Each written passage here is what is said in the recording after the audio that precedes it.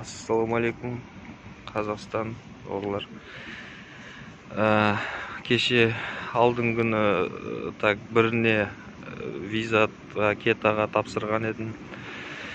Сөйтіп ұшып келген едім кеше. Сөйтіп ұшып келіп, не алды, осақта эмиграциялар тексеріп, кетаң сенің дұрыс толтырмаған, бір нәрсе не алмаған деп, ошибка шығып жатыр деп. Бәрі тура шықты, негізі тура шықты. Өздері сылтау қылып, осы кета дұрыс емес негізі. Көп адамдарға отказ келіп, қайттан қайтар жіберіп жатыр.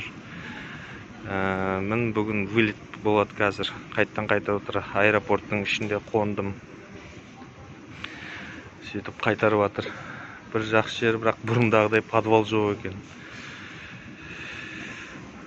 Сондай көп адамды қайтарып жатыр ғой, в общем. Саламатсыздар ма, құрметті Корея көмек оқырмандары?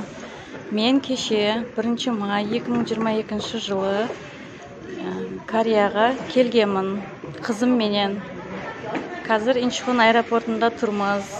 Қызыммен екеуміз кета тапсырып, одобрение алғанбыз. Одобрение берген. Алайда сенің одобрениең бар. Кел, өтесін, өтіп кетесін, өткізіп жатқан ешкім жоқ. Қарсы алып күтіп. Біз келгенде сол бұрынғы сұрақ жауап, вопрос бәрі бұрынғыдай. Ешқандай кетаң бар екен, одобрениең бар екен, сен 100% өте бер деп жатқан ешкім жоқ. Соған отказға кеттік. Енді бүгін қайтып елге қайтып бара жатырмыз. Кетадан ішінен бір Карстың фамилиясы шығып келді маған, кім ол деп. Сондай бір қателіктерде, қате программа, қателіктерде бар екен. Қасымдағы 2 кісіден солай шықты. Біреуінен әйел адамның фамилиясы, біреуден еркек шықты. Кетадан одобрение берді деп сеніп, оған сеніп келмеңіздер. Кета 100% өтесін деген емес. Сен кетаң бар деп ешкім өткізіп жатқан жоқ бұл жерде, одобрениең бар деп тексеріп, сұрақ жауап қойып, біз өте алмадық.